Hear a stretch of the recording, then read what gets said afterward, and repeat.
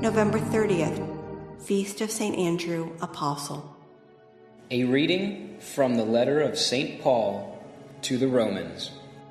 Brothers and sisters, if you confess with your mouth that Jesus is Lord and believe in your heart that God raised him from the dead, you will be saved.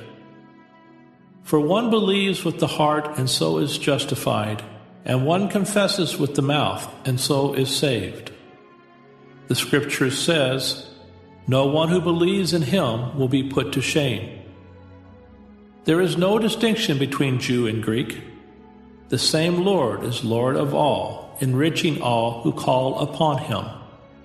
For everyone who calls on the name of the Lord will be saved.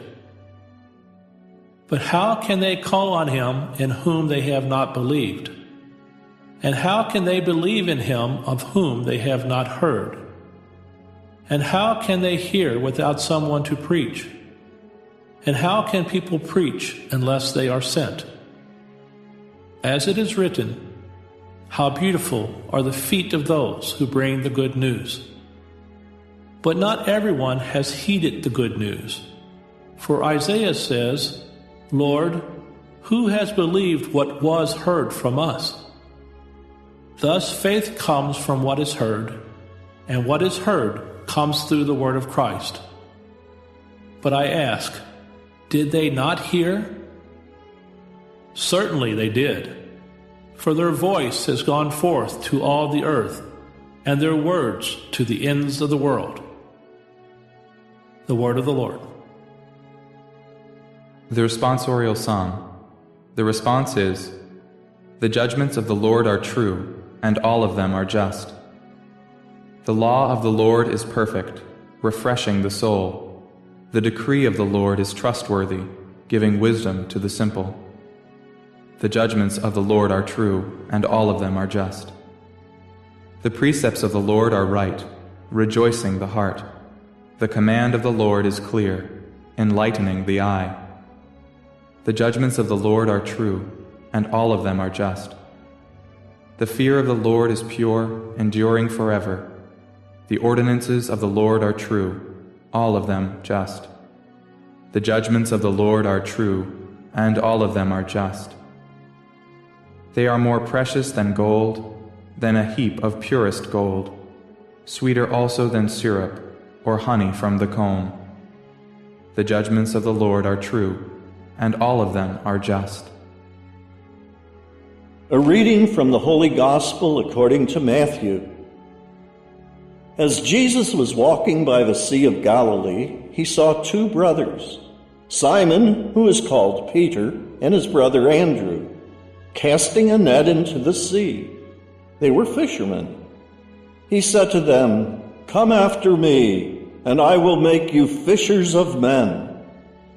At once they left their nets and followed him. He walked along from there and saw two other brothers, James, the son of Zebedee, and his brother John. They were in a boat with their father Zebedee, mending their nets. He called them, and immediately they left their boat and their father and followed him. The Gospel of the Lord.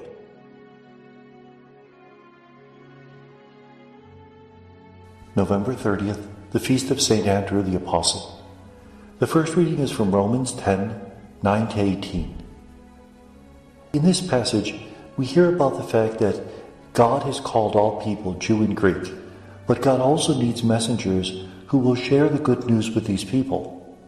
Blessed are the feet of the one who bears the good news. This is a commendation for what the apostles have done. They've been willing to leave their homeland to proclaim the good news. We hear the story of the calling of Andrew the Apostle in Matthew 4, 18-22. Jesus is walking along the shore of the Sea of Galilee, and he calls Simon, who is called Peter, and Andrew. They're casting their nets into the sea, fishermen. Now, if they're casting their nets into the sea, it's most probably not to catch the fish, but to wash the nets. Because on the Sea of Galilee, you would fish during the night. In the morning, you would bring the nets to shore. You would take out the fish from the nets. You would repair them, and then you wash out the junk from them. That's probably what Andrew and Simon are doing. Notice Jesus calls them to be fishers of men. He is using their natural talent to be a fisherman, but in a new way. They're going to be fishers of men. God doesn't expect us to annihilate who we are, but rather to transform it, to use the gifts and even the weaknesses that we have to serve others. Likewise, James and John are called to follow Jesus, and they leave everything and follow him. That when God calls us, we have to be ready to leave everything. And may God bless us.